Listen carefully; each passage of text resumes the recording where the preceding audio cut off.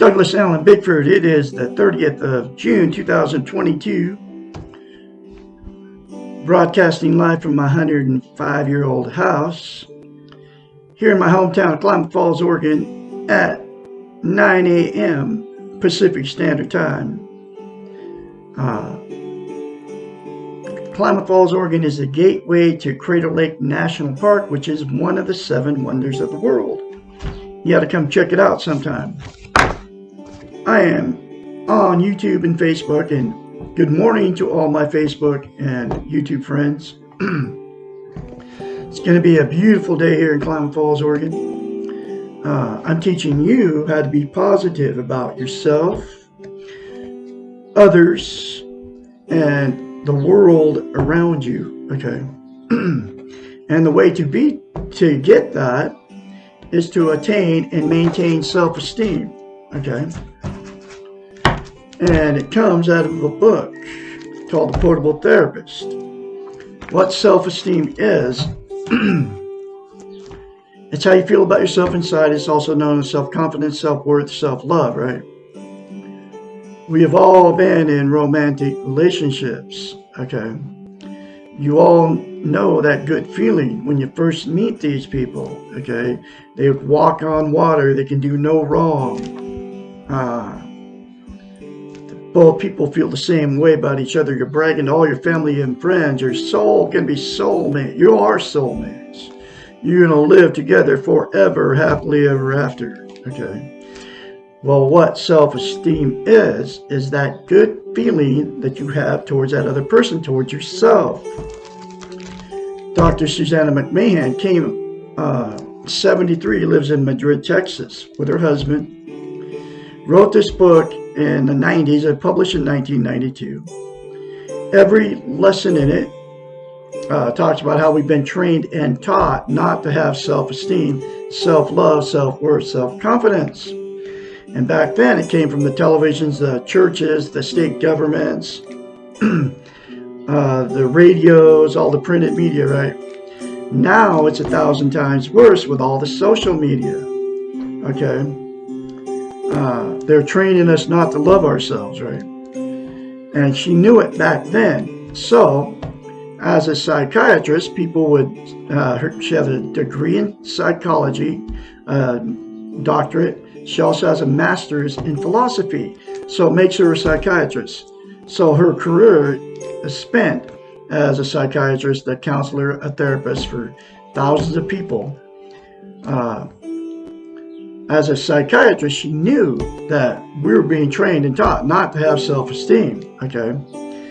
In order to have a healthy mind and to help her clients fix their own minds, she had to come up with a way to give them, to give themselves self-esteem. Nobody can give you self-esteem. You have to give it to yourself. She knew it, okay? Knows it as a psychiatrist. Only you can do it, okay? Like, I can't tell you, I can tell you how to get it, but I can't tell you to get it, okay? I mean, can't force you to do what it takes to get it, okay? So here is the very simple concept that she came up with to give her clients self-esteem so she could help them fix their unhealthy minds, okay? It's called mirror therapy. She told her clients, look at yourself in the mirror and say 4 things. I love you. I love my inner child. I'm worthy to be loved. I'm worthy to love. Those 4 things, and I'm full of goodness. Those 4 things will give you self-esteem on steroids, okay? I mean, and instantaneously when you do it in front of the mirror, instead of criticizing yourself in the mirror, okay? So you have to say it every day, literally for the rest of your life, because to maintain self-esteem, it has to be practiced daily, like lifting weights. If you start lifting weights and you stop, you'll have to start over again from scratch, okay? Self-esteem is the exact same thing for the brain, and she knew it, okay? And the reason she came up with mirror therapy, okay, and why it's so powerful, and she knows it as a psychiatrist, a psychological event happens in our brain, we cannot lie to ourselves in the mirror. Okay? So that's why when you get in front of the mirror, you can easily think or say bad things about yourself because that's how you feel about yourself inside. Okay? But you can't say good things to yourself in the mirror, and those 4 things are good things, folks, because you cannot lie to yourself in the mirror because you don't feel that way about yourself. So, the very first time you say it, you'll have to force yourself to do it. Okay? It'll feel very awkward and strange, but do it anyway beyond that feeling. The more you say it, the more you feel it, the more you believe it. That's happened to me. I mean, I had to force myself to do it, but I did it because she told me to. She's my psychiatrist, my therapist, my counselor. She told me to do it, and I did it because of her. But, man, it was weird, okay? It's going to feel weird for you, too. It even feels very strange for me even to tell you this. In fact, it feels so strange that you want to turn me off, okay? So anyway, the reason that self-esteem is so vital to attain and maintain is this. We can't be content without it. What content means is you feel good about how, where, and what you are. It's also known as internal peace. Okay? There are 11 things that people are using to try to be content. They are Facebook, drugs, alcohol, sex, food, television, gambling, religion, another person, material possessions, or money. Those 11 things are all known as externals outside of yourself. They will make you content temporarily, but they will never make you permanently content and give you internal peace. Okay? You all know what I'm talking about. That the good feeling goes away from the drugs, the good feeling goes away from the alcohol. Then you have to do more of both to get the same good feeling, okay? And even the like on Facebook. You post so you can get a like, right?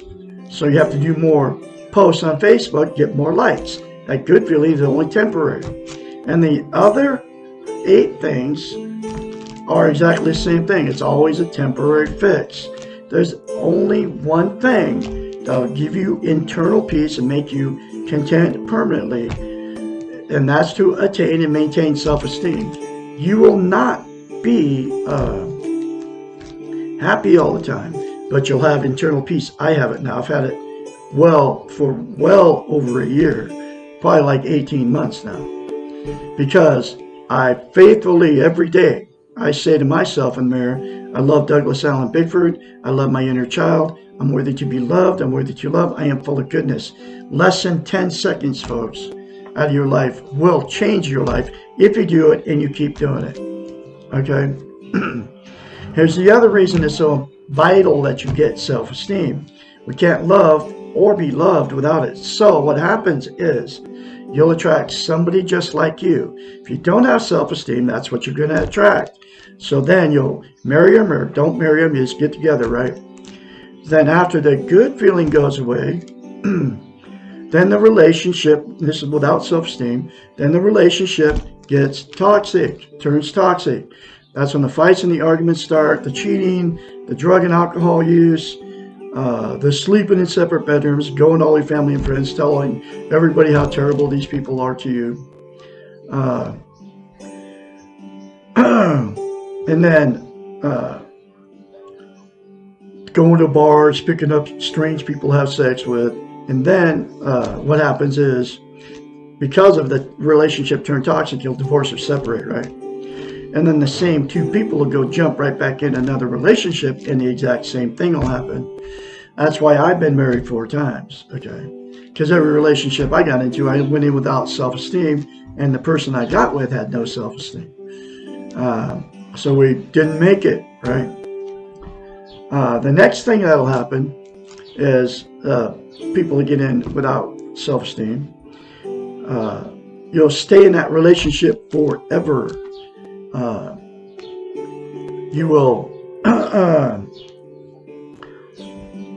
you're sleeping in separate bedrooms. You know, the fights and arguments are keep going on, and but you won't leave because you don't want to be a failure. You're being codependent on each other. You have nowhere to go. You can't be alone, and you don't want to be an embarrassment to all your family and friends. So you'll stay in that relationship forever. There's a lot of people doing that too. And then all the emotional, sexual, and physical abuse that happened between those two and happened to their children will just get swept under the rug. And, it's just mom and dad. It's just grandma and grandpa. It's just great grandma and grandpa. That's just the way they are. And then everybody will sweep everything under the rug. And then it becomes a dysfunctional family at that point. And then dysfunctional families produce more dysfunctional families down the line. And then down the line, all the bad gets swept under the rug by all the children. And it just keeps going on and on. The cycle continues, right? And the very last thing that will happen with two that got together with no self-esteem, the two that after have had many failed marriages or many failed relationships, right, will just exit out of the romantic scene and just be alone for the rest of their lives. And they'll be just as miserable without self-esteem like they were in the relationship, because you cannot have internal peace without self-esteem. And then they'll use the 11 things to try to make themselves feel good, okay? So there is a cure for all of what I'm talking about. Excuse me.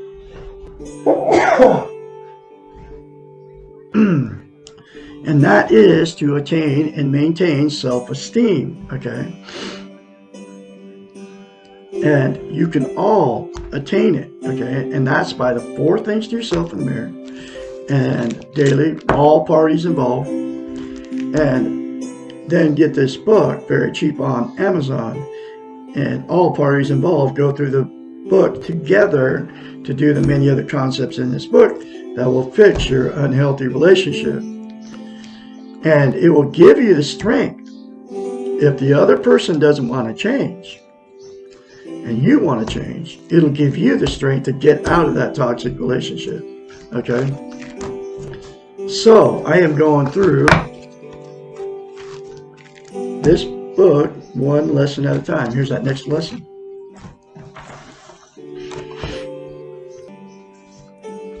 Why do I feel so out of control? Lesson 44. We feel out of control when we do not trust ourselves. We also feel out of control when we let our feelings overwhelm us and we do not take responsibility for our actions. Feeling out of control and feeling insecure both come from the same source, a lack of self-esteem. And I just told you how to get it. You don't have to feel out of control anymore, folks, once you attain and maintain self-esteem. We feel unable to do the best we can, and we often externalize the reasons for our lack of self-control. Someone or something else is responsible for the way we are. You all know what I'm talking about. Everybody blames everybody else for the way they are, okay? It's always somebody else's fault. It's never the person's fault, right? We have given our personal power away. We have become reactors to external resources, our sources. Next time you feel out of control, think of an elevator. An elevator reacts when someone pushes the button. Anyone can come along and push the up button and you feel angry, or the down button and you feel depressed. You all know what I'm talking about here. The only way to stop working as an elevator is to put up an out of order sign. I've done all this stuff. Stop reacting to what others want you to do. Do not be someone's victim. No one else has the right to your personal power.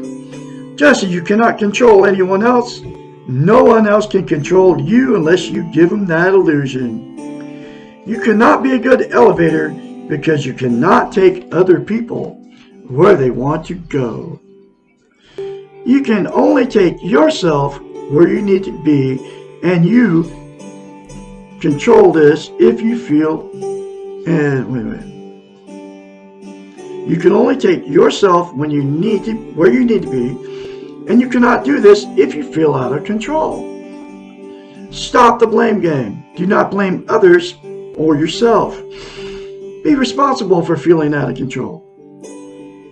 It is your choice, and now you know that you have other choices. Try something different. Act rather than react. Get out of the victim role and do not allow anyone or anything else to push your buttons. If you know in advance how others are going to act and how they will try to push your buttons, be prepared by imagining that your buttons are out of order.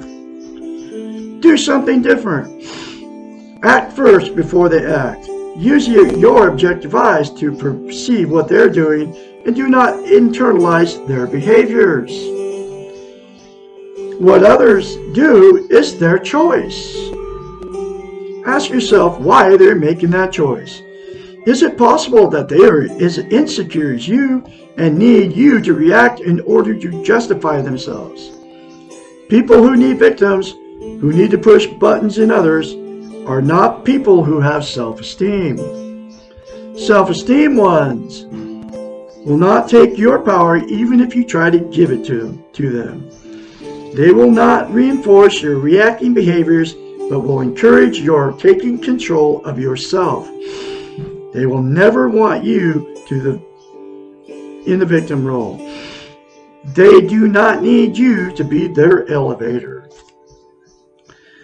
Choose to exert yourself over what you can control. Your feelings about yourself and your behaviors. Get out of the elevator business. It is that simple, folks. When somebody says something to you that makes you mad, you can be angry. Just don't lash out at them, and that's exactly what they want you to do. Don't give them your power to make you react in a bad way. Just look, okay, I'll see you later. Just don't hang around those people. Ignore what they say to you, okay? Walk away, okay? Because you give them your power, okay? You're giving them the power to make you react to their comment or whatever they do to you. That's happened to me, and I just ignore it. My own kids have done it to me since I've attained and maintained self-esteem, and because of her, Dr. Susanna McMahon, I learned how to deal with it. I don't give my power away anymore. I try very hard not to, because I love Douglas Allen Bickford, and I love my inner child. I'm worthy to be loved and worthy to love. I am full of goodness. I don't have to anymore. I don't even have to be around those people anymore. And you can get the same thing too. And that will make you positive about yourself, about others, in the world around you. Okay. So I can be your mentor when you start going through this change, and I have confidence that you're going to say those 4 things to yourself in the mirror daily. Without fail, they will change you. My phone number is 458-232. Call me anytime, day or night. I'm going to have another lesson for you tomorrow, which will be Why Am I Depressed? Lesson 44. Y'all have a great day. I'm going to be talking to you tomorrow.